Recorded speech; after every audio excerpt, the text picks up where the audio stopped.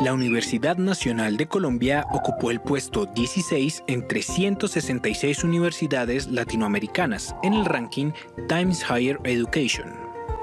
La firma británica Times Higher Education, THE, se ha especializado en evaluar universidades de todo el mundo y desde el año 2016 evalúa a las mejores universidades de Latinoamérica. La medición más reciente se publicó el 7 de julio de 2020.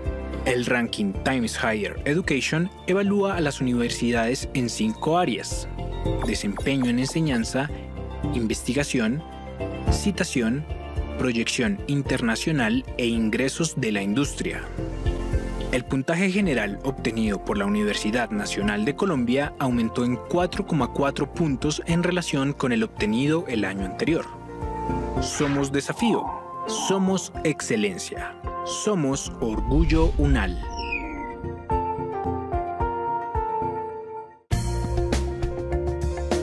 Universidad Nacional de Colombia, proyecto cultural, científico y colectivo de nación.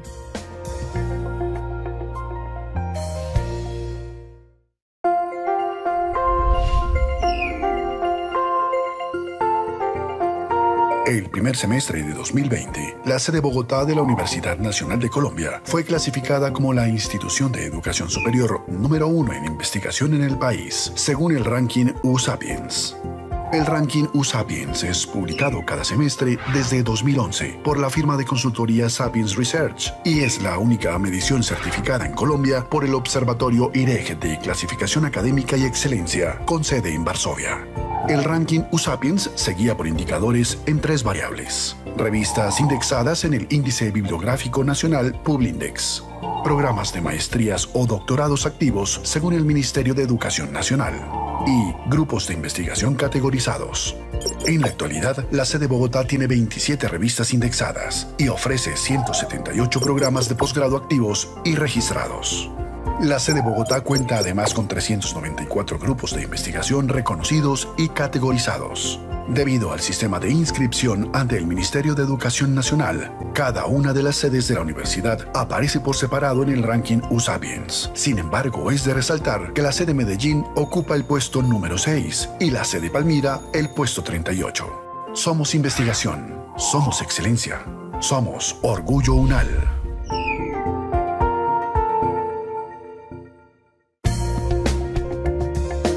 Universidad Nacional de Colombia, proyecto cultural, científico y colectivo de nación.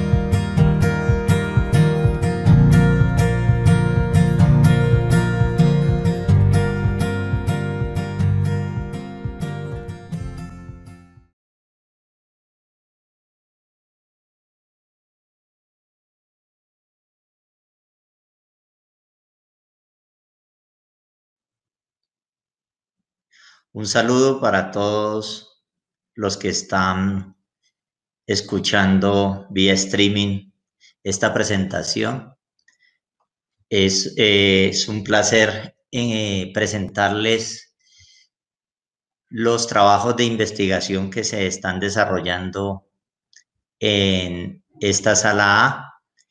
Realmente este es un esfuerzo de la Dirección Curricular de Ingeniería Civil y Agrícola que busca presentar los trabajos de grado de tanto de ingeniería civil como de ingeniería agrícola. A mí me correspondió presentarle los trabajos de la sala A de ingeniería agrícola y procedemos a presentar los estudiantes que van a realizar dichos trabajos o que van a realizar las presentaciones. El primer trabajo se denomina fermentación prolongada como herramienta para dar valor agregado a café de alta calidad en la finca cafetera Manantiales del Frontino del municipio de Caicedonia, Valle del Cauca. Esta es una monografía realizada por el estudiante Jonathan Archila Rodríguez y cuyo profesor asesor es el ingeniero Robinson Osorio Hernández. Este trabajo ha sido realizado en conjunto con el siguiente trabajo que están hechos en un convenio entre la Universidad Nacional y la empresa Manantiales de Frontino. El segundo trabajo se llama Evaluación de la influencia de la variedad, proceso de secado y tipo de renovación de cafetales en la calidad en tasa en la finca Manantiales de Frontino. Este trabajo fue hecho por el ingeniero Juan Camilo Bastidas Aponte y el profesor asesor es el ingeniero Alfonso Parra Coronado. El siguiente trabajo se denomina Protocolo para la determinación de la eficiencia de productos aplicados a la agricultura, productos químicos aplicados a la agricultura. Es una pasantía en la empresa Gestar Service SAS y es realizado por el ingeniero Diego Andrés Camargo Rusi y el director del mismo o coordinador de la práctica es el suscrito Carlos González, y este trabajo busca establecer un protocolo para conocer cómo se puede aprobar o no un producto químico. Pasamos al otro trabajo. Este trabajo es un proyecto de investigación. El proyecto de investigación se denomina Parámetros operacionales del proceso de secado y molienda de subproductos de cacao. El nombre científico Theobroma cacao, L. Realizado por el ingeniero Manuel Felipe López Mora y asesorado por la profesora ingeniera Carolina María Sánchez Sáenz. El siguiente trabajo es una monografía, la adaptación de una motocicleta como fuente de potencia para trabajos agrícolas, del ingeniero Wilson David Medina Rubiano, y el profesor asesor es el ingeniero Fernando Lozano Osorno. En este tipo de trabajos lo que se buscaba se busca adaptar una motocicleta para los trabajos de campo. Seguimos con el siguiente trabajo. También es una monografía. Lo que está haciendo es el mapeo digital de las propiedades hidrofísicas del suelo del Centro Agropecuario Marengo. La estudiante que está realizando el trabajo se llama Sara Valentina Noel Chartano. El profesor asesor es el ingeniero Jesús Hernán Camacho Tamaño de la Facultad de Ingeniería. También todos los profesores pertenecen al Departamento de Ingeniería Civil y Agrícola. Este es el último trabajo, el de la ingeniera Gina Marcela Rodríguez Neira. Se denomina Estudio del origen de los aceites esenciales de rosas usados en la industria de fragancias. Ella realizó una pasantía en la empresa Simrise y el profesor asesor de la misma, el profesor Robinson Osorio Hernández. Es importante finalmente resaltar que la universidad no había tenido la política de tener unas memorias de todos los trabajos de pregrado, a pesar de que algunos de ellos son trabajos muy importantes y que podrían dar paso a investigaciones que pueden llevar a incluso a patentes. Por ejemplo, el trabajo que se está realizando con la moto, la conversión de la moto es un trabajo que llama mucho la atención porque puede servir para instalar implementos en la moto que sirvan para la ladera, lo cual podría ser muy interesante dado la pertinencia social que tiene este trabajo. Solamente resalto ese para que ustedes vean la potencialidad que tienen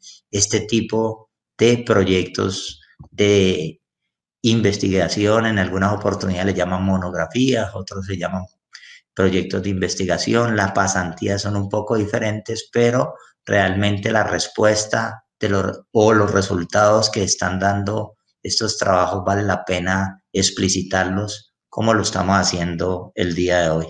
Muchas gracias y veamos cómo les parecen los trabajos a ustedes y la proyección que los mismos tienen para las investigaciones futuras. Muchas gracias.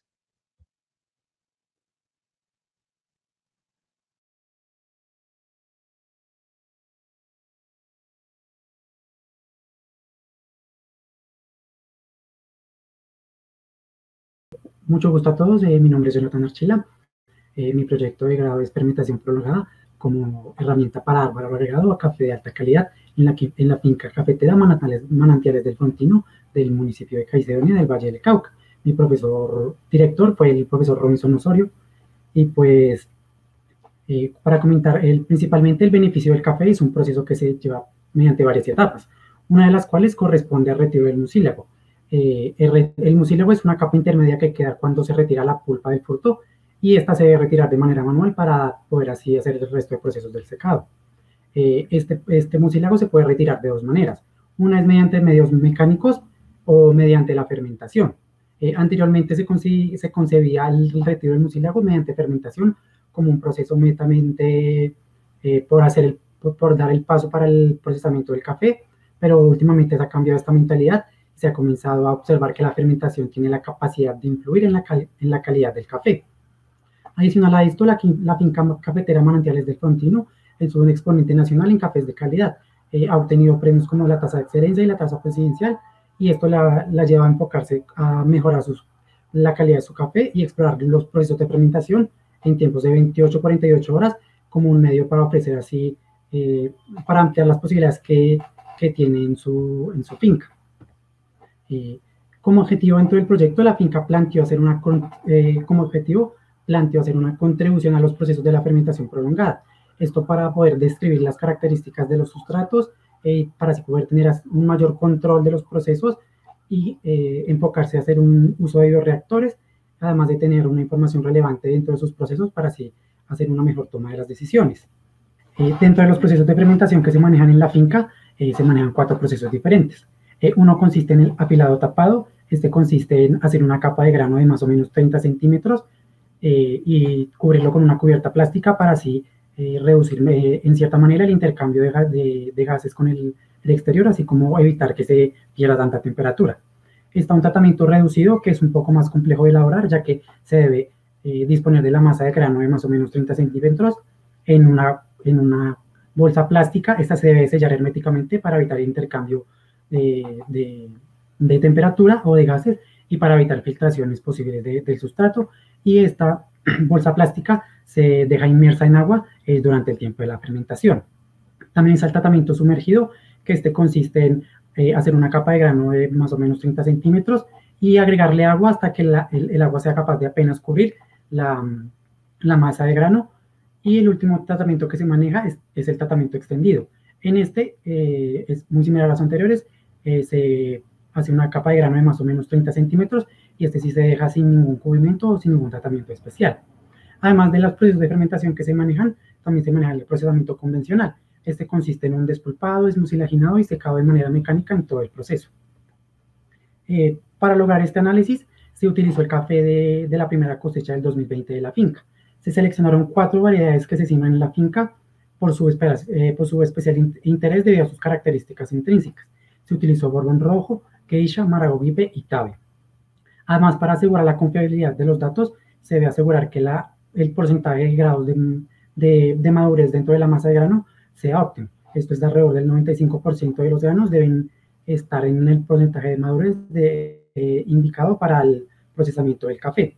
Para evaluar esto, lo que se hace es que se hace una selección de por lo menos 3 grupos diferentes de 100 granos y se cuenta uno por uno hasta para observar cuáles son los que están en el grado de madurez indicado.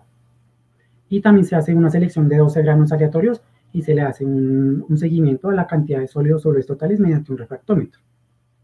Después de tener la masa de grano, se hace un primer procesamiento húmedo en donde se hace un despulpado mecánico de toda la masa de grano.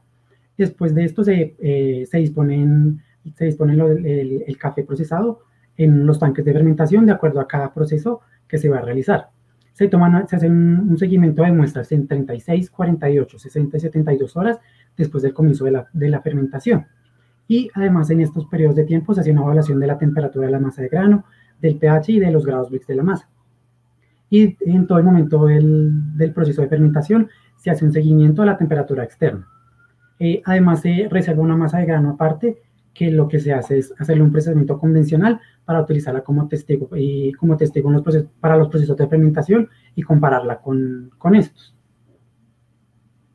A cada muestra que se tomó se le hace un proceso de secado entre solar y mecánico, asegurándose que sea lo más homogéneo posible para así evitar que existan interferencias de la calidad debido al procedimiento de secado. Cuando ya se tiene todo el café en la humedad requerida, lo que se hace es dejarlo estabilizar aproximadamente una semana y después de esto se hace una prueba de catación mediante la metodología propuesta por la SCA. Y para el análisis de datos lo que se hace es, se hizo un análisis de ANOVA para observar si existen diferencias significativas en los tratamientos utilizados y una prueba de Tukey para observar las diferencias significativas. Observamos acá la primera, las características de la masa de grano para el borbón rojo. Y aquí se destaca que la temperatura de la masa de grano se mantiene más o menos en los intervalos correspondientes a la temperatura externa. Y también se observa que se tiene un menor grados Brix de la masa de grano para el tratamiento sumergido y siendo mayor para el tratamiento reducido. Del análisis que se realizó para observar las diferencias significativas, se tiene que, por ejemplo, para el borbón rojo, se tienen diferencias significativas en relación al proceso de fermentación que se utiliza, pero no se observaron diferencias con relación al tiempo de fermentación. Para el geisha se observa que la masa de grano tiene una temperatura que se eleva por encima de la temperatura externa, alcanzando un máximo de 32 grados centígrados, y se mantiene la tendencia de un menor porcentaje de grados Brix para el tratamiento sumergido. Para la comparación global en el geisha, sí se logró observar una diferencia significativa para los tiempos de fermentación, pero no para los tratamientos que se utilizaron. Y se observa una ventaja respecto a los tiempos de 60 y 72 horas. Para el Maragogipe también se tiene la tendencia de una mayor temperatura para el tratamiento extendido y manteniendo los rangos de temperatura dentro de los rangos de la temperatura externa. Y se mantienen menores valores para los grados Brix de la masa de grano. Para el Maragogipe, no se encontraron diferencias significativas ni para el tratamiento utilizado ni para el tiempo de la fermentación. En el Tabe se presenta un comportamiento similar al de la temperatura externa y con la temperatura interna, y también se presenta un menor grado de grados Brix para el tratamiento sumergido. Y al igual que el Maragogipe, no se observan diferencias significativas con respecto al tiempo o al proceso de fermentación. Y por último, se hace un análisis grupal de todas las muestras analizadas. Aquí se observa que se tienen diferencias significativas tanto en tratamientos como en tiempos. siendo el mayor puntaje obtenido el logrado con el tratamiento apilado con 72 horas de fermentación y promedios mayores para los tratamientos de 72 y 60 horas. Otro punto a mencionar radica en que el tratamiento reducido observa menores promedios y que están dentro del mismo grupo del tratamiento testigo, lo que nos lleva a indicar que pues, ese tratamiento no es un proceso adecuado para lograr dar valor agregado a los cafés. Para concluir, pues tiene una conclusión de que la fermentación prolongada tiene un potencial para dar valor agregado a cafés de alta calidad, debido a que se presentan valores mayores para el puntaje del café procesado mediante un apilado y 72 horas. Además, se hace una sugerencia de no utilizar la variedad Tabi para los procesos de fermentación, debido a que no se observan diferencias significativas con respecto al tratamiento testigo de un procesamiento convencional, pero al hacer los procesos de fermentación se hace una mayor inversión de tiempo y de consumo de recursos en la finca. Además, se tienen resultados mixtos en la valoración de los puntajes del café, por lo que se hace necesario tener un mayor análisis, un análisis más detallado para poder así tener un control de las características de la masa de grano y lograr un proceso más estandarizado y de alta calidad. Muchas gracias por su atención. Se muestra mi correo de contacto en caso de que tengan alguna pregunta. Muchas gracias.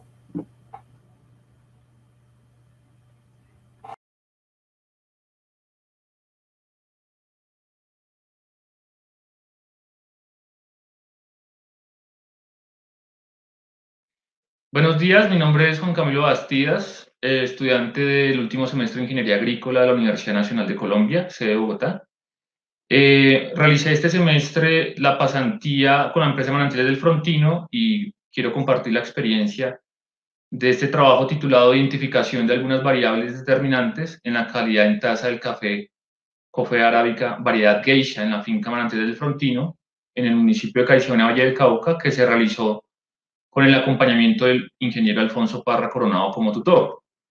El objetivo general de esta pasantía fue determinar la relación existente entre un conjunto de variables climáticas de beneficio y fertilización en la producción de café variedad Geisha, donde la variable de respuesta fue la calidad en taza del café, con la puntuación SCA, que es la puntuación de la Specialty Coffee Association. Este trabajo es relevante porque Cenicafé y la Federación Nacional de Cafeteros han concentrado sus estudios en los cafés convencionales. Colombia es el tercer país a nivel mundial productor de cafés lavados suaves, pero los cafés especiales que tienen un manejo en particular en fermentaciones, en beneficios, en post cosecha, están siendo muy solicitados por el mercado y esto podría ser una opción muy interesante para los pequeños productores de nuestro país. Es importante tener presente el crecimiento y el desarrollo del fruto para saber cuáles son los factores que realmente influyen en la calidad del café. Como vemos aquí, Cenicafé ha determinado que el 70% del grano ya está listo para el sexto mes de los 8 meses que se demora el desarrollo del fruto, el crecimiento. Entonces, nos permite hacernos una idea a nivel fisiológico y agronómico de cómo es el desarrollo del fruto.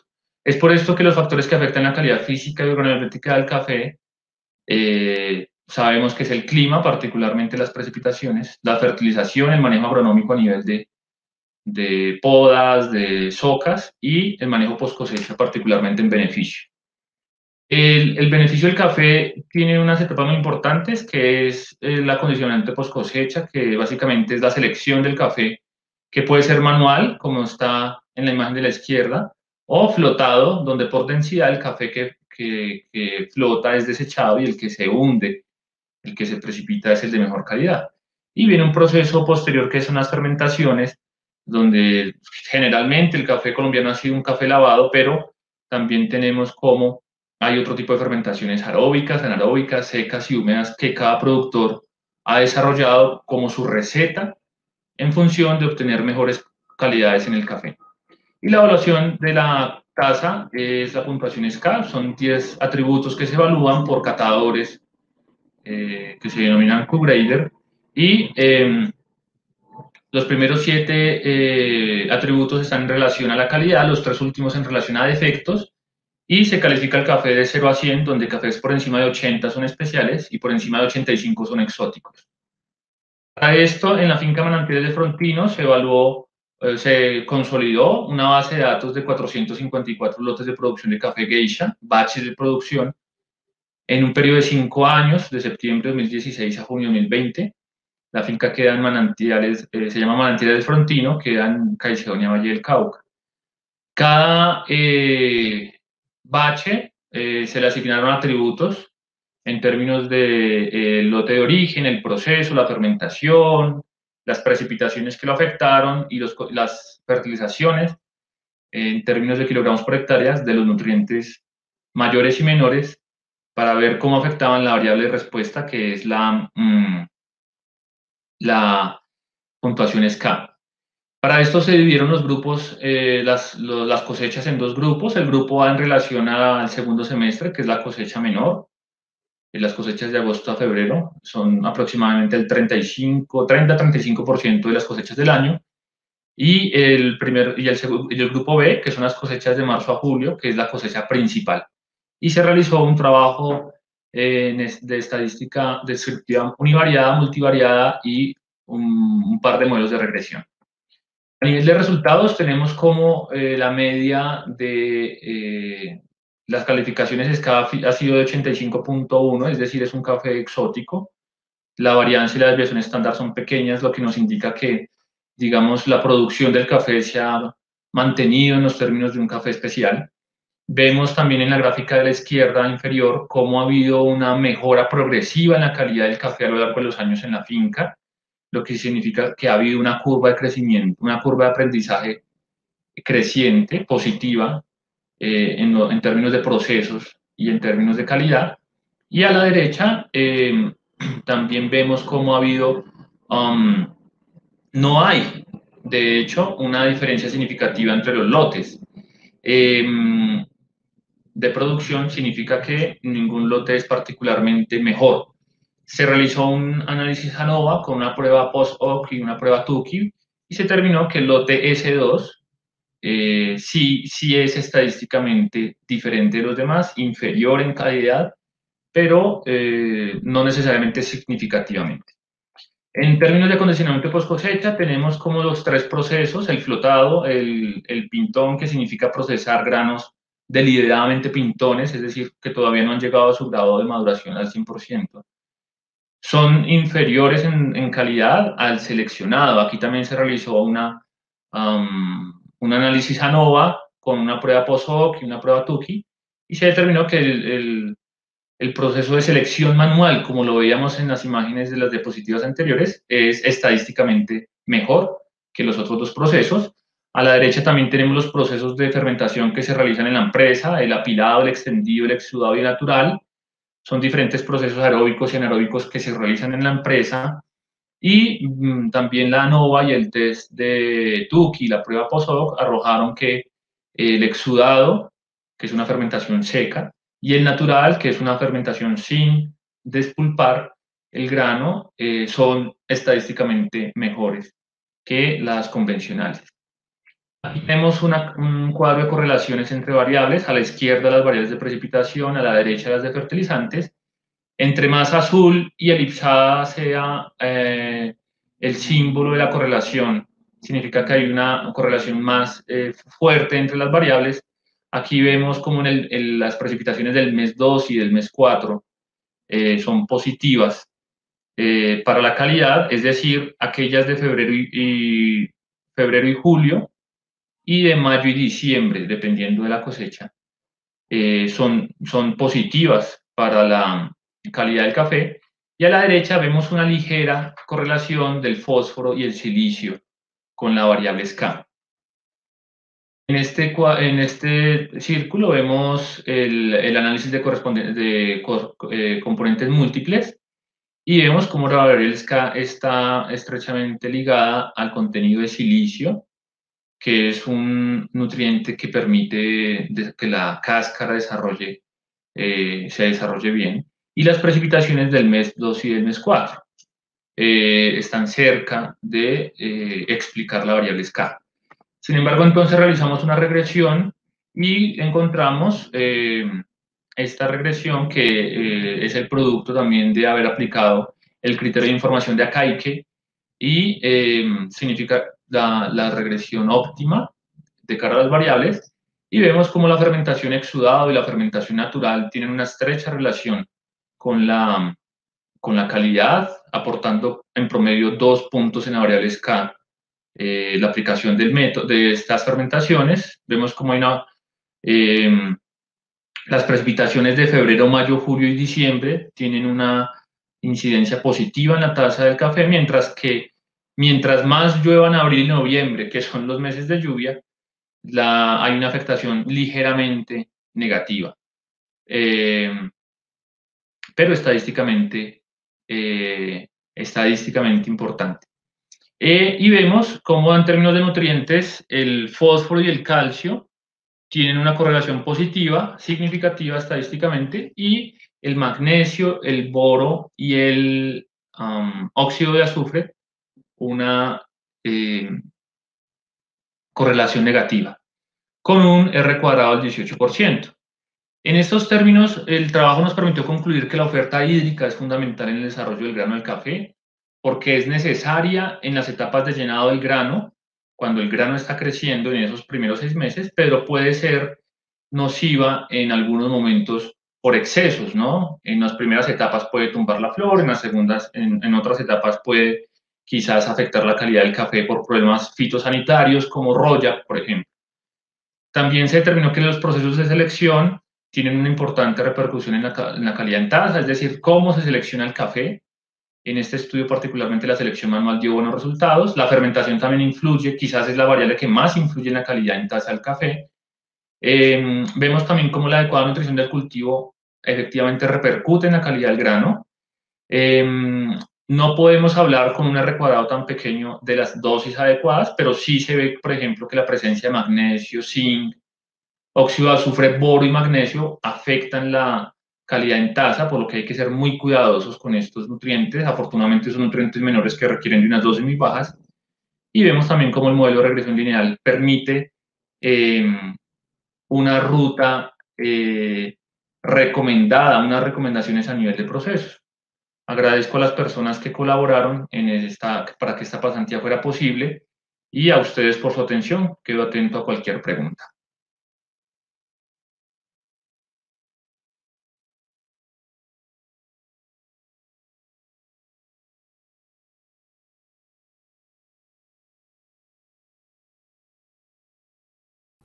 Muy buen día, mi nombre es Diego Andrés Camargo Rusi y el día de hoy les voy a compartir mi informe de pasantía. Trabajaba en el protocolo para la determinación de la eficiencia de productos químicos aplicados a la agricultura. Esto se dio gracias a mi enlace con la empresa Gestar Service, la cual desarrolla e implementa asesoría técnica para el registro y actualización de productos químicos de uso agrícola. Mi profesor tutor fue el profesor ingeniero agrícola Carlos Alberto González Murillo.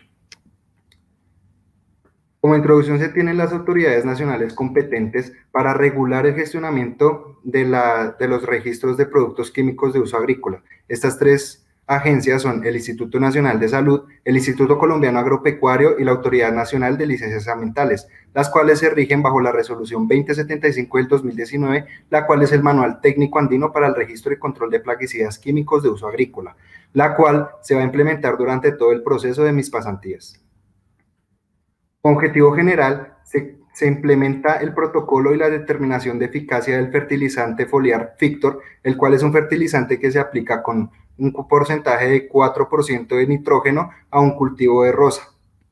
Para ello, es necesario conocer y profundizar, aplicar la Resolución 2075 de 2019 para conocer toda la documentación respectiva y la información que se requiere para pasar el registro y que sea aprobado ante las autoridades nacionales competentes. Es por eso que se desarrollan los documentos solicitados antes de realizar el protocolo y de así conocer los datos que se van a necesitar.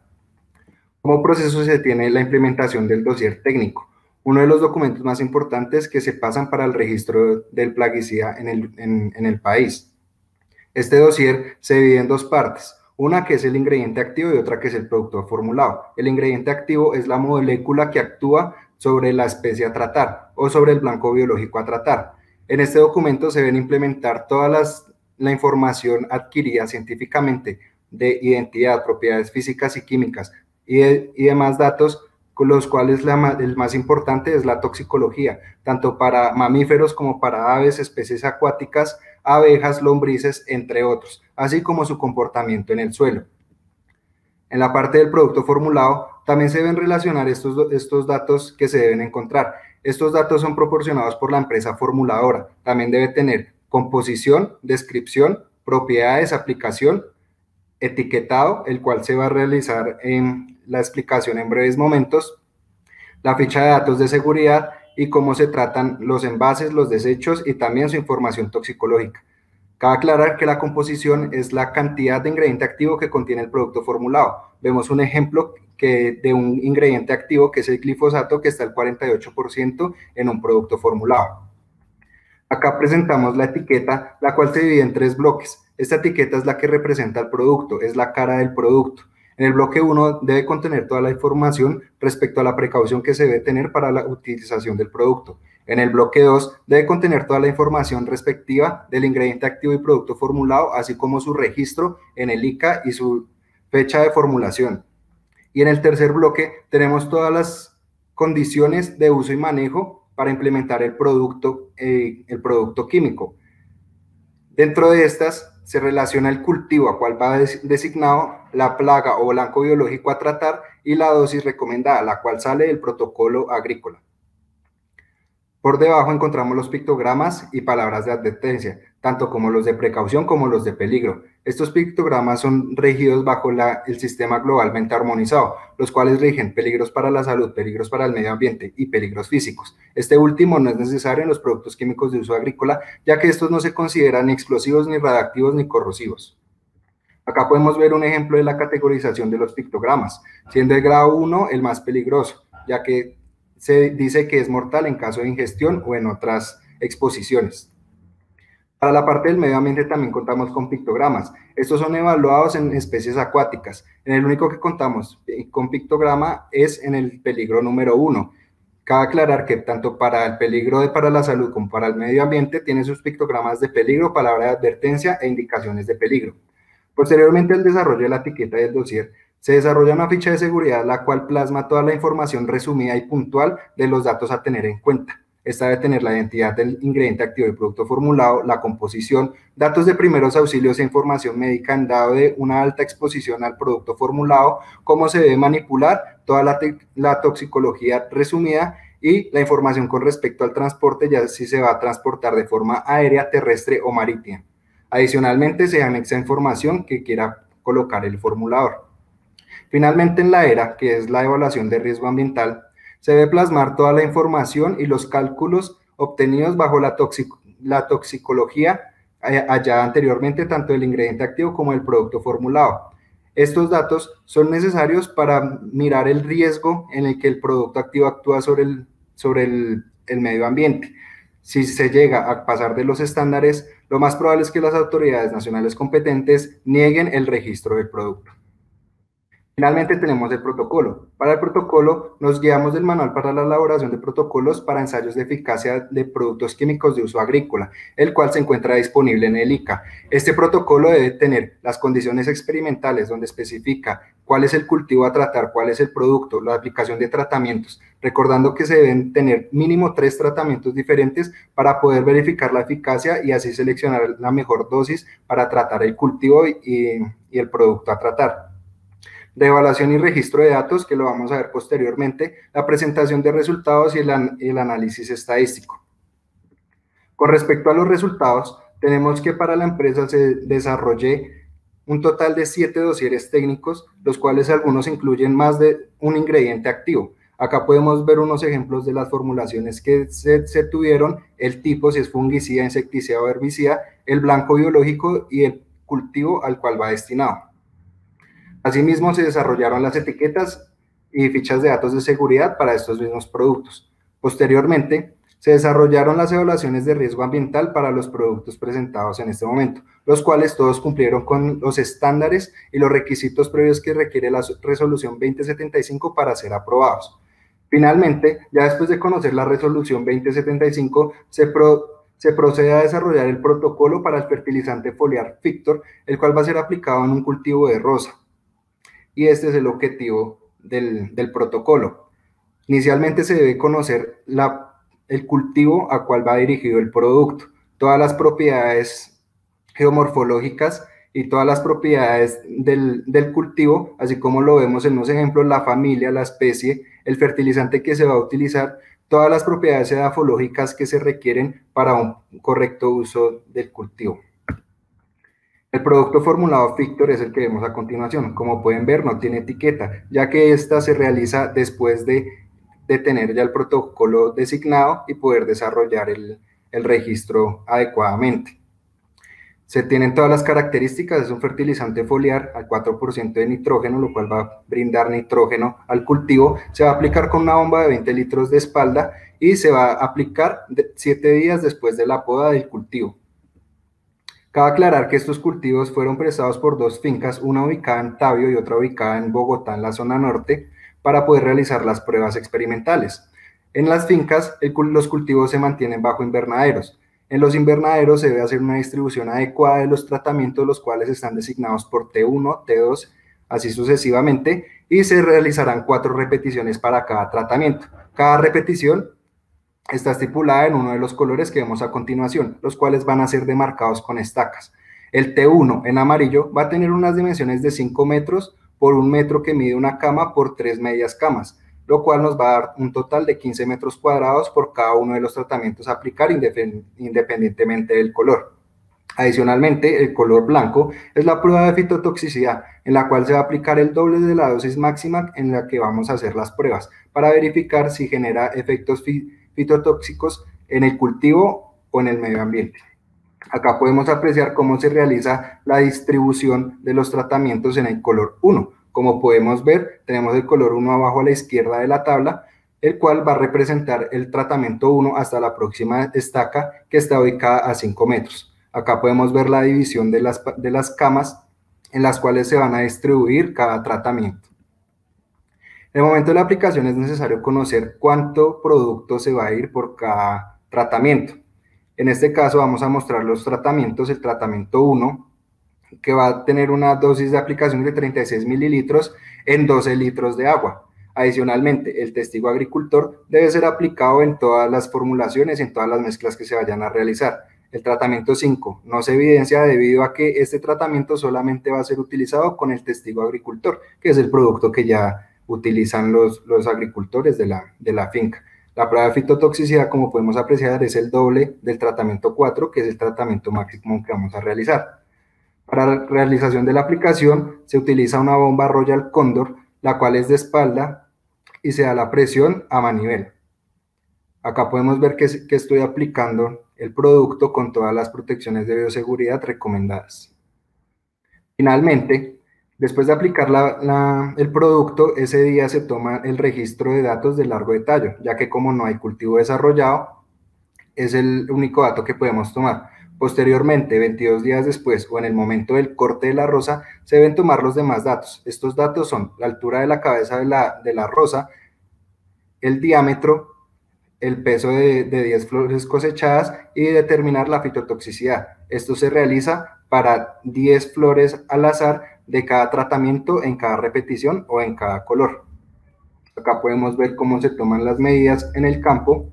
Este es el peso de las 10 flores después del corte. Estas fueron cortadas por el personal que realiza esta labor.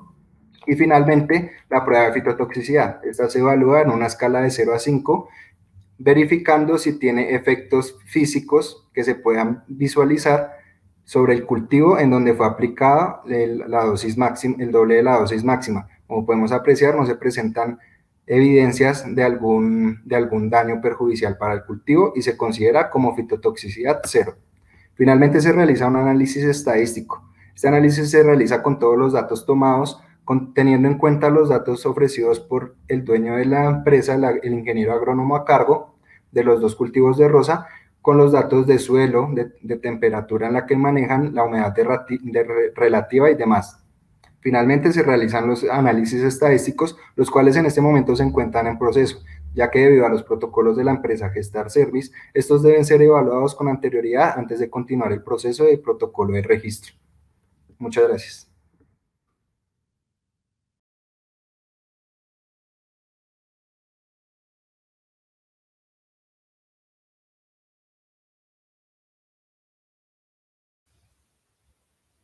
Bueno, buenos días. Mi nombre es Manuel López y junto con la profesora Carolina Sánchez se llevó a cabo el proyecto de investigación Parámetros operacionales del proceso de secado y molienda de subproductos de cacao Teoroma Cacao.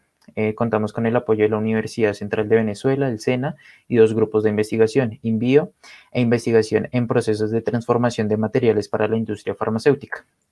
Nuestro principal objetivo es generar nuevas oportunidades de aprovechamiento integral de los subproductos de cacao para los cacaocultores, es decir, cómo pasar del CPH al CPHF. Más adelante les explicaré esta terminología. En cuanto a nuestros objetivos específicos, giran en torno al determinar cuál es el mejor método para obtener un CPHF de calidad y cuáles son esos rangos de operabilidad óptimos de las variables que se van a estudiar para obtener justamente una materia prima de alta calidad. Bueno, un poco en cuanto a contexto de nuestro producto. Colombia ocupa el 10º puesto a nivel mundial, cifras 2018, tanto en producción como en área cosechada de cacao.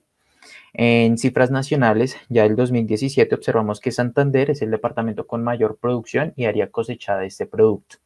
Para ese año, en Colombia se produjeron un poco más de 56.000 toneladas del producto de cacao y se cosecharon más de 144.000 hectáreas. Bueno, otras cifras. Por cada 3 hectáreas se genera al menos un empleo directo y 1.5 empleos directos. Particularmente en el 2017 se generaron 62.000 empleos directos y 93.000 indirectos. Entre el 2009 y 2019, las exportaciones en cuanto a este producto fueron equivalentes a 1.2 millones de dólares y también observamos unos precios de referencia tanto en la bolsa de Nueva York como a nivel nacional en fechas recientes pues, del cacao. Bueno, la planta de cacao es básicamente de clima tropical, tiene una altura entre 6 y 8 metros, una densidad de siembra bastante variable, una vida productiva entre 20 y 30 años. También observamos lo que son las condiciones, tanto temperatura, precipitación, humedad relativa, altitud, y las variedades se reconocen forastero, criollo y el cruce de estas dos, que es el trinitario. Dentro de estas variedades también existen otras variaciones a las cuales se le denominan clones. El 70% de los clones de Colombia, 257 son nacionales y 162 extranjeros. Bueno, aquí observamos las características particulares de uno de estos clones, el ICS 95 de origen de Trinidad. Observamos el índice de mazorca, el índice de grano, rendimiento, número de semillas, características pues, que lo diferencian del resto de clones. Los clones más comunes en nuestro país provienen de Trinidad, ¿sí? También del Ecuador y también tenemos de Colombia propios. El principal subproducto de este fruto es la cáscara de la mazorca de cacao, Cocoa Pod Husk, CPH, que representa más del 70% total del fruto. Es decir, que para producir una tonelada de grano seco de cacao, se producen 10 toneladas de CPH. Se estima que para el próximo año se van a producir 2.1 millones de toneladas de CPH en Colombia. Sus aplicaciones giran en torno a la alimentación animal, jabón, bioetanol, carbón activado. Sin embargo, también hay aplicaciones de mucho valor agregado, de más alto valor agregado, aplicados a la industria de la farmacéutica y la cosmética debido a los compuestos bioactivos como la pectina que contiene la CPH. Bueno, entonces para pasar de la CPH, Cocoa Pod Husk, a la CPHF, que es Cocoa Pod Husk Flour, que es la harina de la cáscara, hay que pasar por 3 etapas: trituración, secado y molienda. En la trituración se hace una reducción de tamaño. En el secado se manejan temperaturas entre 19 y 80, esto dependiendo del método de secado que se utilice. Un máximo de 60 grados para aplicaciones en la farmacéutica, ¿sí? Tiempos de secado son bastante variables, pues también dependiendo del método de secado que se utilice, y una temperatura máxima de túnel secador tipo invernadero de 60 grados Celsius, esto pues pensando un poco en las aplicaciones en nuestros agricultores en el país. En cuanto a la molienda, el tamaño de partícula varía entre 22 y 4.000 micras, particularmente en uso de exfoliantes entre 200 y 600 micras, y las variables o parámetros de calidad a determinar de nuestra harina de cáscara de cacao son color, particularmente el parámetro de claridad, actividad de agua y pH, preferiblemente con un contenido de humedad por debajo del 12%. Bueno, se determinaron 17 variables, ¿sí?, para identificar cada uno de los clones con los cuales estamos trabajando. Entonces, variables cualitativas en cuanto a forma, rugosidad, también en cuanto a peso de cada una de las partes del fruto, dimensiones, particularmente longitud, diámetro, espesor, y otras variables como color, actividad de agua, contenido de humedad, densidad, número de granos por mazorca y volumen de la cáscara. Aquí observamos sus respectivos resultados y obtuvimos que al menos el 75% de nuestros clones lo representa la cáscara, el 23% son los granos y el 2% es la placenta, que es básicamente una membrana que me une los granos dentro del fruto. Las variables cualitativas, oblonga, elíptica, bueno, y las demás, estas las determinamos a través de escalas visuales que ya se han determinado para este tipo de productos. Y, bueno, también observamos las dimensiones promedio, la paleta de colores, cafés y también unas tonalidades amarillo quemado que hacen referencia a variedades tipo criollo propias de nuestro país. También actividad de agua y contenido de humedad. También observamos que son valores bastante altos, lo cual nos dice que la cáscara en sí en su estado natural es un producto altamente perecedero, por lo que puede sufrir ataque de hongos, levaduras y bacterias, por lo que tenemos que reducir estos valores durante nuestro proceso. Bueno, nos planteamos para determinar cuáles son las etapas y en qué orden se va a ejecutar el proceso, los siguientes cuestionamientos. Primero, ¿cómo evitar que la CPHF tenga tonalidades oscuras finalizado el proceso? ¿Esto por qué?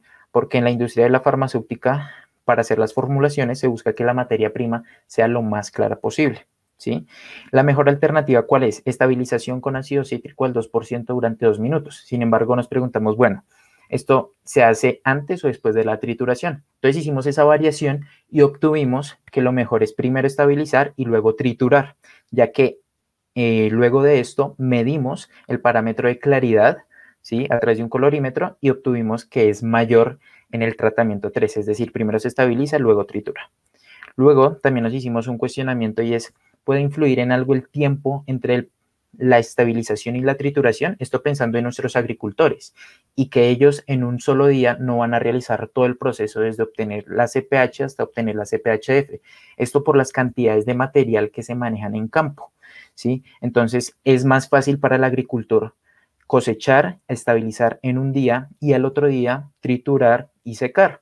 Entonces hicimos esta variación en donde primero reposamos la cáscara 24 horas, luego la estabilizamos, luego al contrario, y nos dimos cuenta que es mejor estabilizar, dejar reposar la cáscara 24 horas y luego triturar.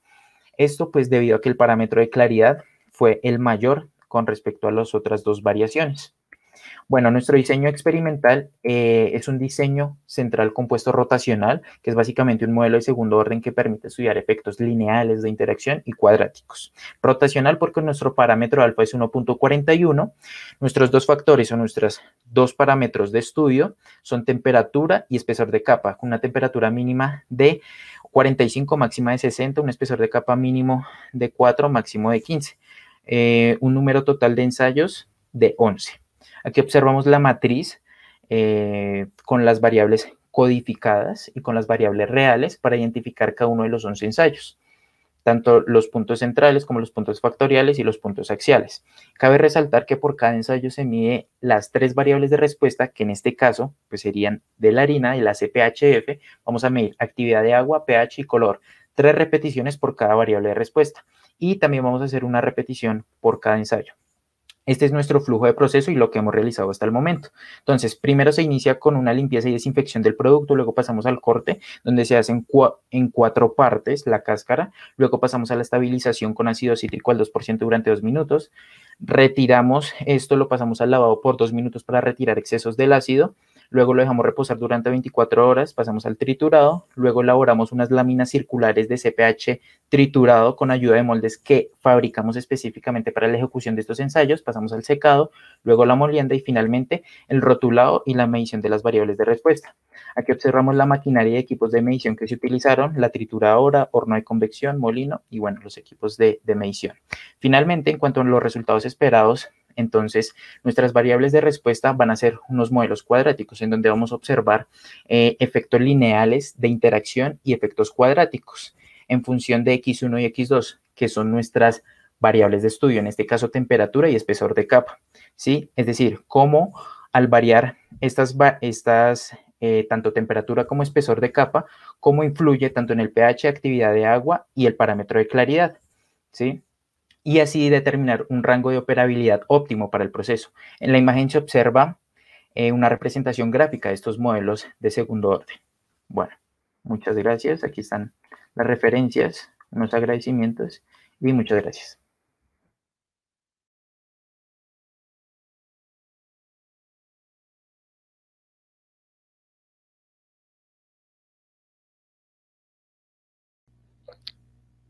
Reciban un cordial saludo.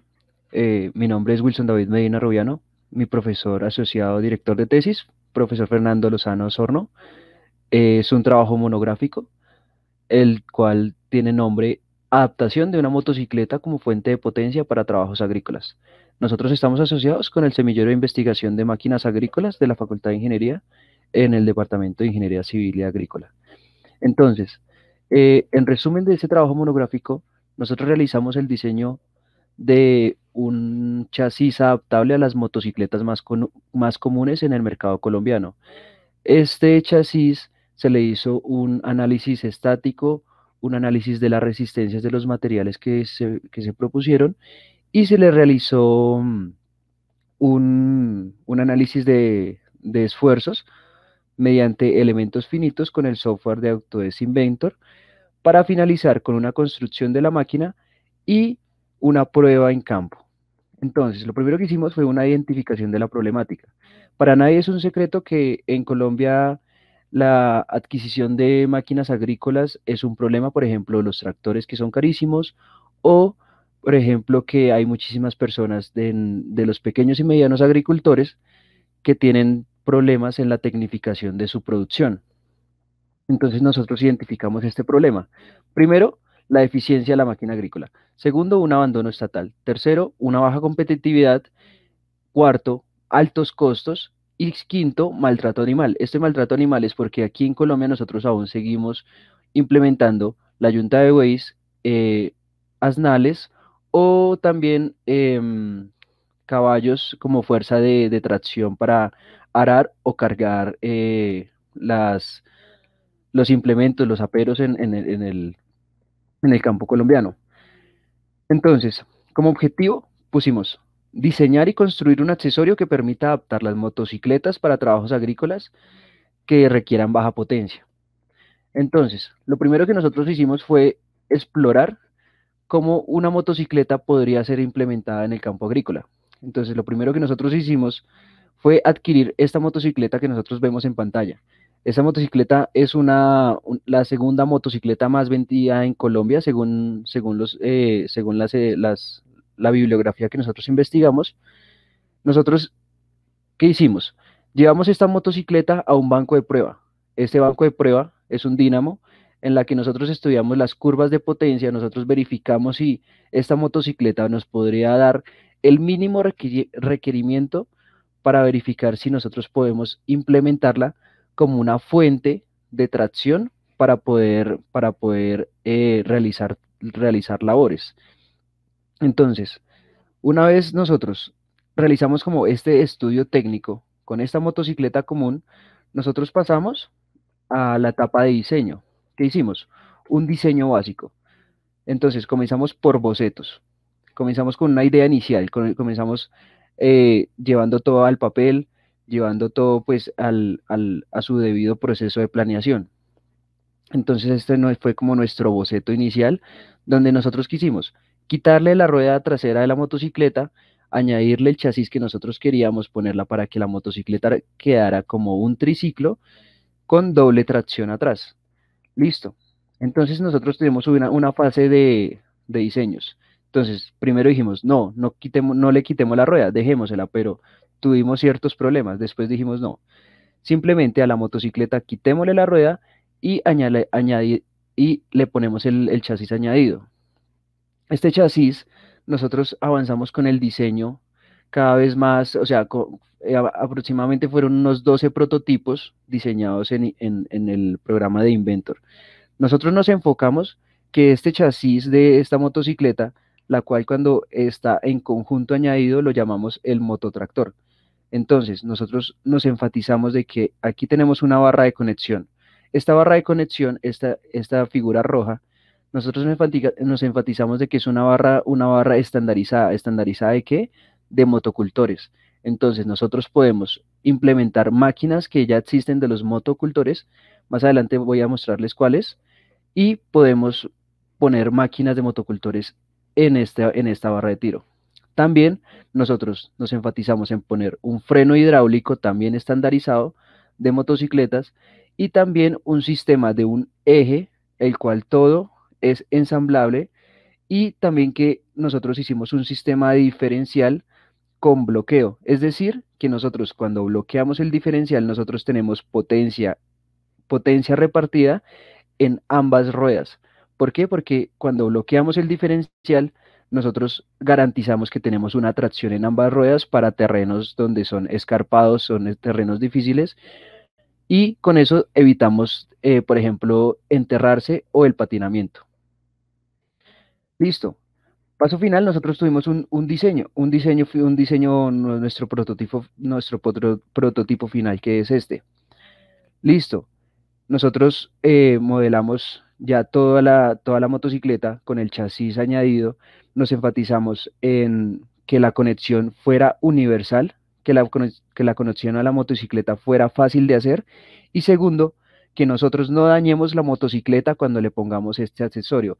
Es decir, que yo cuando quiera volver a tener mi motocicleta de 2 llantas, yo simplemente le retiro el implemento que nosotros le diseñamos y vuelvo a ponerle la rueda de la motocicleta y vuelve a quedar como antes.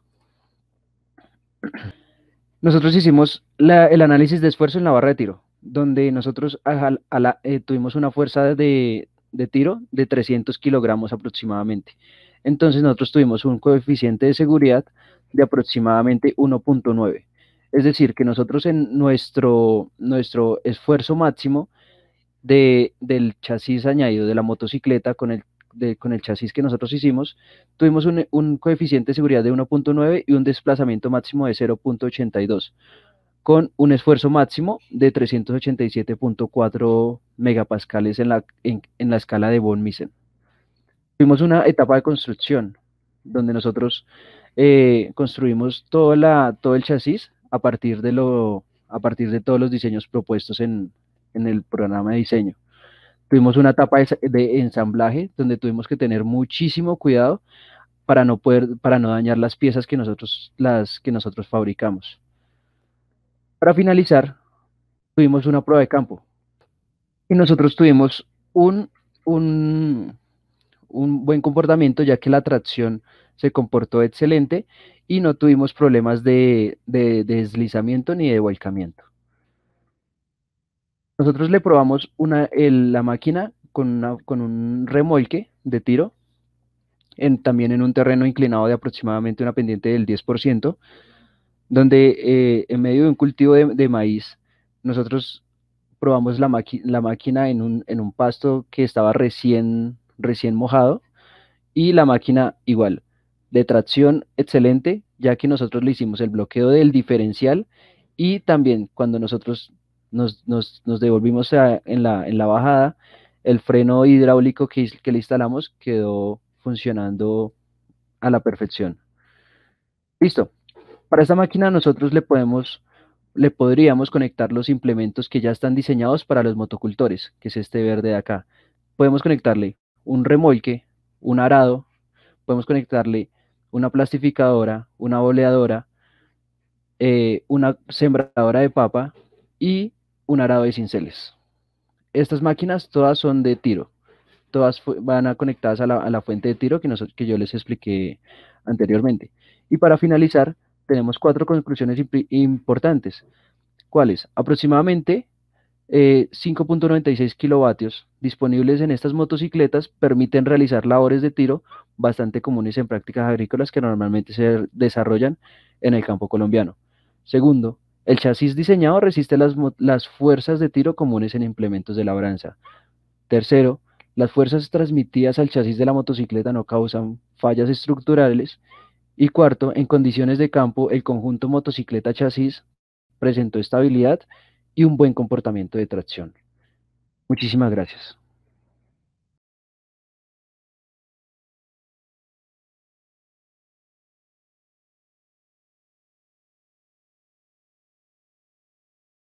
Bueno, muchas gracias. Buenos días, mi nombre es Sara Valentina Noel y hoy vengo a presentarles mi trabajo de grado titulado Mapeo Digital de las Propiedades Hidrofísicas del Suelo del Centro Agropecuario Marengo, que desarrollé con el apoyo del profesor Jesús Hernán Camacho y la magíster Viviana Marcela Barón. Aquí un poco el contenido que vamos a ver y comenzamos con un poco de contexto, donde reconocemos el suelo que tiene una gran importancia gracias a todos sus servicios ecosistémicos y es cada vez más representativo su rol para enfrentar desafíos como el cambio climático, la escasez de agua, la creciente demanda de alimentos que demandan pues información de suelos actualizada, relevante y pues que precisamente esta demanda ha aumentado en el último tiempo.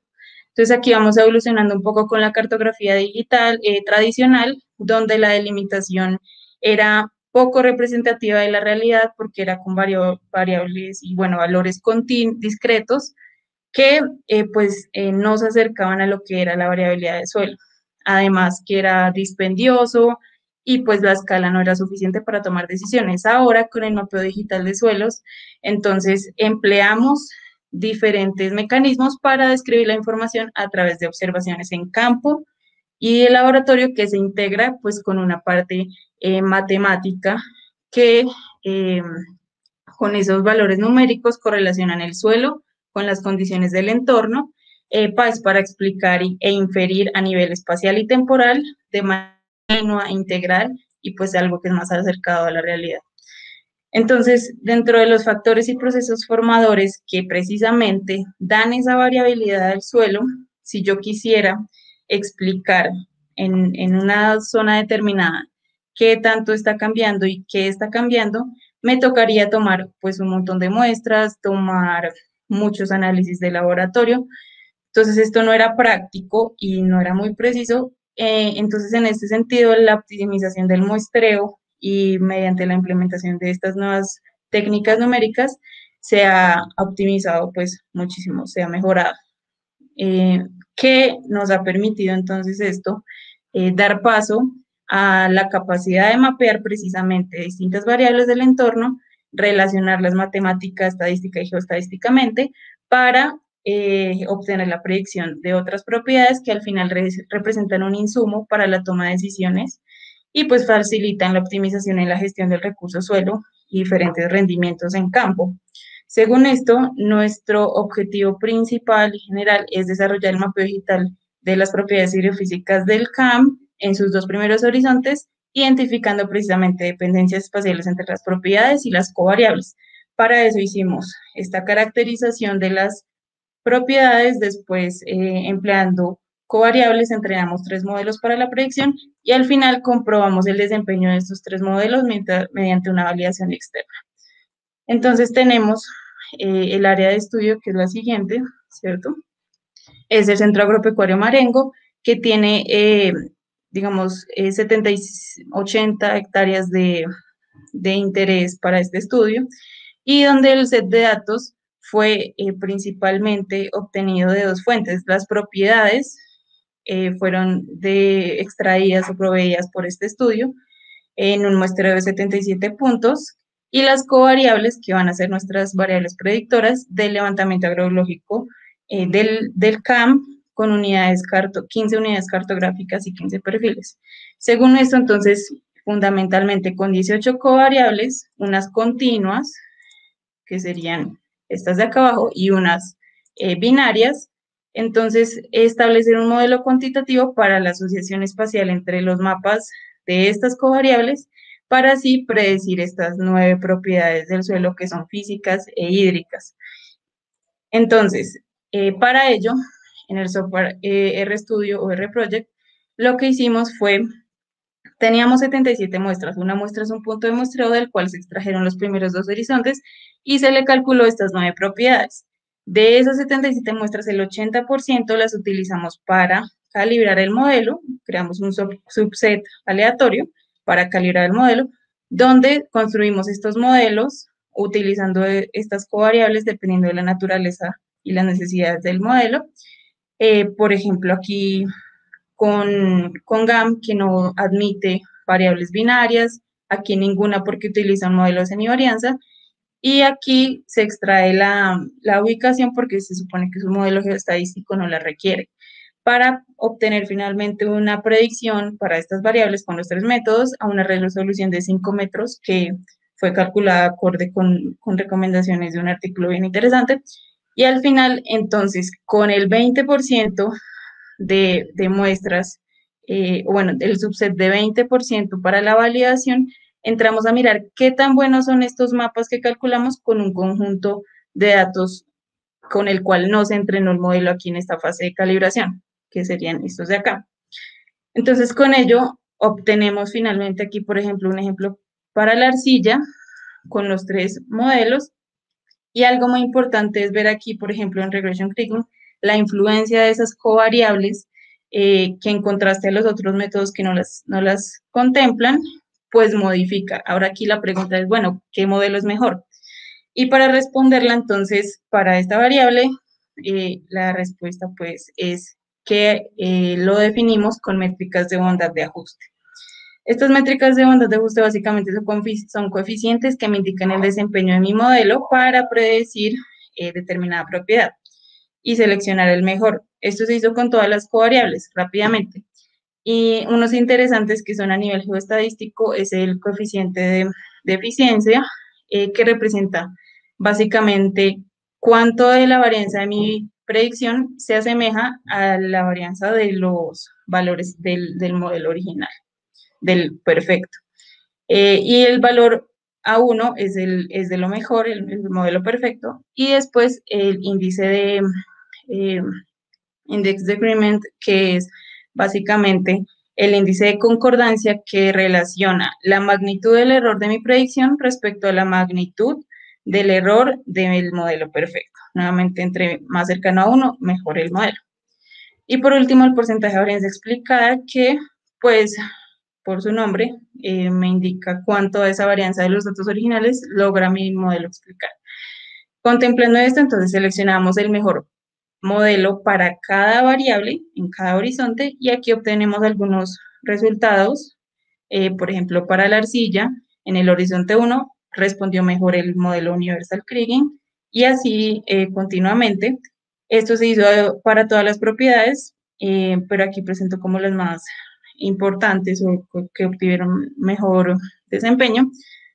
Y algo importante aquí es que para la infiltración básica y el agua aprovechable, los modelos trabajados no lograron describir adecuadamente estas propiedades. Entonces, ¿qué sigue con estos resultados obtenidos?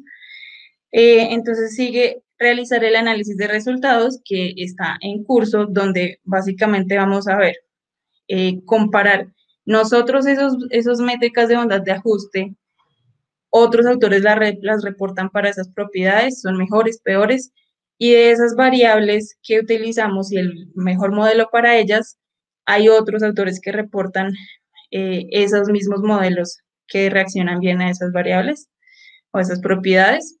En caso de encontrar bibliografía completa y comparable, lo haremos así. En caso contrario, vamos a utilizar una comparación entre la validación externa que realizamos, que es más rigurosa, versus una interna que es, digamos, más flexible porque confirma los datos, valida los datos de mi modelo con valores que sí fueron entrenados dentro del modelo. O sea, y por último, también hacer una comparación entre el comportamiento de la predicción de las propiedades entre horizontes para ya tener unas conclusiones preliminares, que una de ellas es que, pues, a través de una validación externa o analizando estos parámetros de bondad de ajuste, para las propiedades y modelos que vimos anteriormente, no existe un único modelo que logre explicar el comportamiento de todas las variables. Eso es conclusión fija.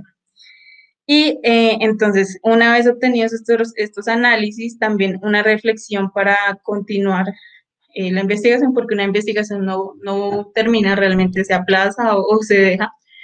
Entonces tenemos las reflexiones finales con la exploración de otras técnicas para la predicción de las propiedades del suelo, como redes neuronales, bosques aleatorios, ya que van muy de la mano pues con el Machine Learning, que hoy en día está en tendencia. Y listo.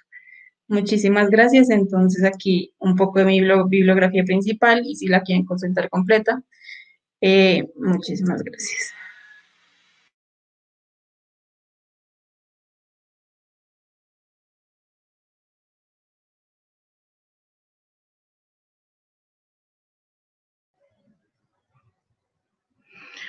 Muchas gracias, profe, por esa presentación. Bueno, yo les voy a hablar hoy del origen de los aceites esenciales de rosas usados en la industria de fragancias. El objetivo de mi investigación era conocer las condiciones de origen de los diferentes aceites esenciales de rosa que se emplean en un laboratorio de desarrollo de fragancias, porque en un laboratorio hice mi pasantía. Esto lo quería hacer describiendo las condiciones climáticas y las condiciones del suelo de aquellos cultivos destinados a la extracción de aceites esenciales. Para ponerlos un poquito en contexto, vamos a hablarles un poquito de las materias primas. Las materias primas, en primer lugar, se clasifican según su procedencia. Las podemos encontrar naturales y sintéticas. Las naturales las podemos encontrar de origen vegetal y animal. Las materias primas naturales son todas las que provienen de la biomasa, ya sea de fuentes naturales o vegetales o animales. Las vegetales las podemos encontrar en cortezas de las frutas, cortezas de los árboles, raíces, hojas, pétalos, tallos o hojas. Y las animales las encontramos más que todo en secreciones de glándulas de animales. Y las materias primas sintéticas son unas transformaciones de las materias primas naturales que buscaron mejorar alguna condición. Las materias primas han sido valoradas desde civilizaciones antiguas. Siempre, se ha desarrollado un modelo centralista que lo que busca es acumular riqueza. Esto de la mano con un uso irresponsable de los recursos renovables naturales ha hecho que no solo la industria de fragancias, sino muchas industrias opten por materiales sintéticos. Las ventajas de las materias primas de las materias primas naturales con respecto a las sintéticas son un poquito menos. Las materias primas sintéticas tienen un bajo costo, mientras las materias primas naturales tienen un alto costo. Las materias primas sintéticas tienen más rendimiento que las materias primas naturales y se pueden lograr hacer en una pureza más alta. Por ejemplo, más o menos se requieren de 3 a 4 toneladas de pétalos para producir 1 kilogramo del aceite esencial de rosa, que también lo llaman absoluto. Mientras que para las materias primas sintéticas, pues ya tenemos un rendimiento de un 78% y una pureza del 99%. Pero hay una condición entre estos dos tipos de materias primas, y es que la calidad en las materias primas naturales es mucho mayor. Por eso las materias primas naturales se reservan únicamente para las fragancias finas. En este orden de ideas, pues destinar los cultivos de rosa a la producción de aceite absoluto es una muy buena alternativa para dar un valor agregado más alto a uno de los más importantes productos agroindustriales de Colombia. ¿Y por qué digo que es uno de los más importantes productos agroindustriales? Pues bueno, nosotros, Colombia, representa el 17% de importación mundial de flores, mayoritariamente rosas. Nomás en el 2018 se exportaron casi 260.000 toneladas. Esas 260.000 toneladas se cultivaron en cerca de 7.700 hectáreas. Mientras que en Bulgaria y en Turquía, que son dos de los productores más grandes de aceite de rosas, tienen un área tal vez a la mitad o menos de la mitad de la que tenemos nosotros. Pero ellos la dedican no a las exportaciones, sino al procesamiento de aceite absoluto. Un kilogramo más o menos de aceite absoluto está alrededor de los $6.000. No podemos equiparar la cantidad monetaria que tiene el aceite absoluto con las exportaciones. En conclusión, pues bueno, nosotros, Bulgaria está haciendo con menos recursos de los que tiene Colombia, está invirtiendo un poco más, tiene un valor agregado más en el producto que saca. A eso sumémosle que también Bulgaria y Turquía tienen estaciones que limitan esos procesos. Las rosas, a lo largo de la historia, se han transformado en más o menos 3.000 especies. Estas especies se han ido transformando para que puedan crecer y cultivarse en diferentes ambientes, diferentes temperaturas, diferentes condiciones de humedad, pero de esas 3.000 rosas, no todas sirven para aceites esenciales. Las condiciones para sacar un aceite esencial de alta pureza tienen como ciertas preferencias. Las condiciones ideales para el suelo es que debe ser arcilloso y debe tener un alto contenido de materia prima. La temperatura debe estar más o menos entre 17 y 25 grados, como mínimo en la noche debe bajar a 15 grados y en el día debe subir a 28 grados. La humedad debe estar más o menos entre 60 y 80% y debe tener unas 16 horas de luz aproximadamente. Para controlar estas condiciones a cielo abierto es muy difícil. Entonces, por eso, mayoritariamente las flores y las rosas crecen en invernaderos. Ya les había comentado que Bulgaria y Turquía pues, eran los dos productores más grandes de aceite, más importantes y más grandes de aceite de rosa esencial. Pues bueno, las condiciones que ellos tienen en sus suelos son, en Bulgaria tienen un alto contenido de humus y en Turquía tienen suelos calizos. La zona agrícola de Turquía está en una meseta que está rodeada de muchas montañas y estas montañas evitan que las nubes lleguen hasta la meseta y haya mucha precipitación. Entonces, esto hace que esa zona sea una zona árida. Tiene más o menos entre 200 y 500 milímetros anuales de precipitación, cuando en Colombia tenemos departamentos donde llueve hasta 500 milímetros anual, 5.000 milímetros anuales en ese municipio.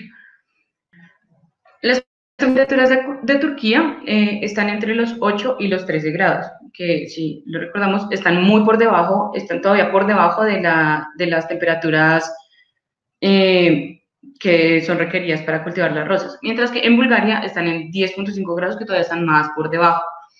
En Bulgaria nosotros tenemos, depende de la zona, desde 500 milímetros hasta 1.400 milímetros de precipitación.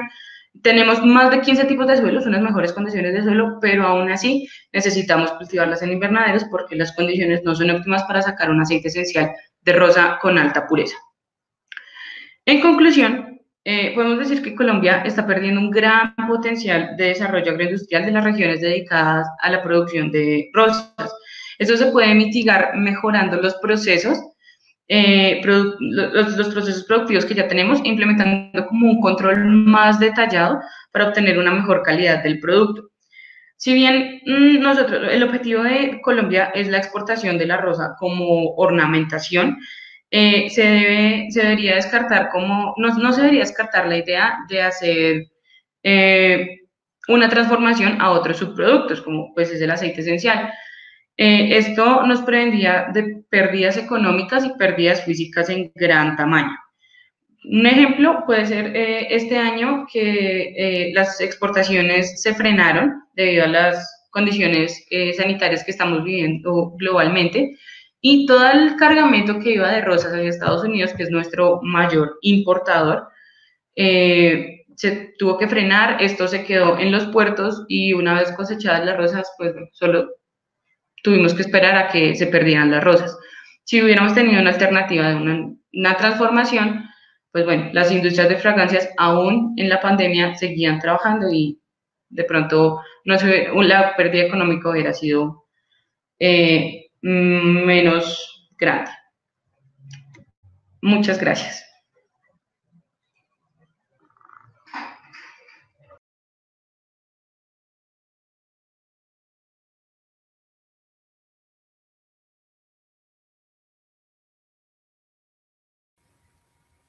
Buenos días a todos, la comunidad académica de la Facultad de Ingeniería.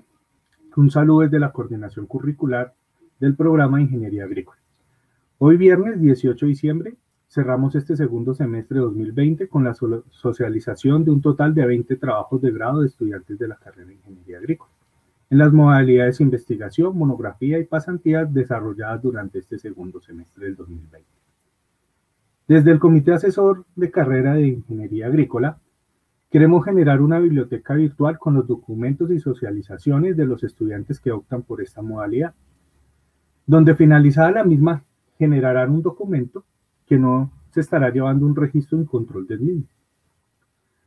Para el público asistente, esperamos que no solo sea de su agrado estos trabajos, sino que si tienen preguntas, llenen el formulario que aparece en el enlace del chat y nuestros estudiantes pues procederán a contestar. De la misma forma, si quieren tener una copia del documento completo en formato PDF, pues no duden en solicitarlo al correo electrónico de los estudiantes.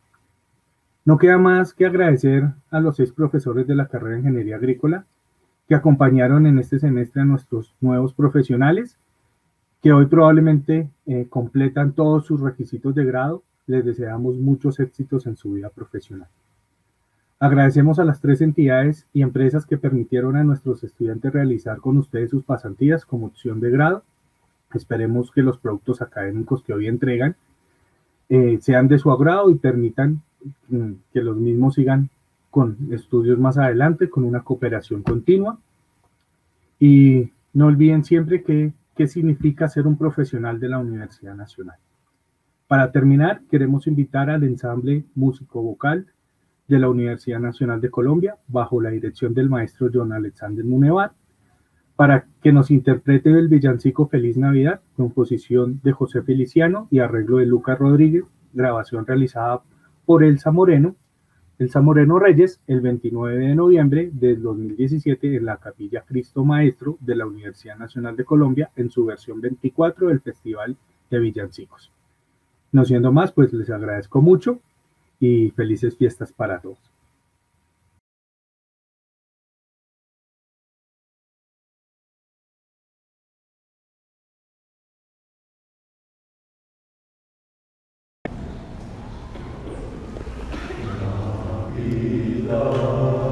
Feliz Navidad, feliz Navidad, feliz Navidad, feliz Navidad, feliz Navidad.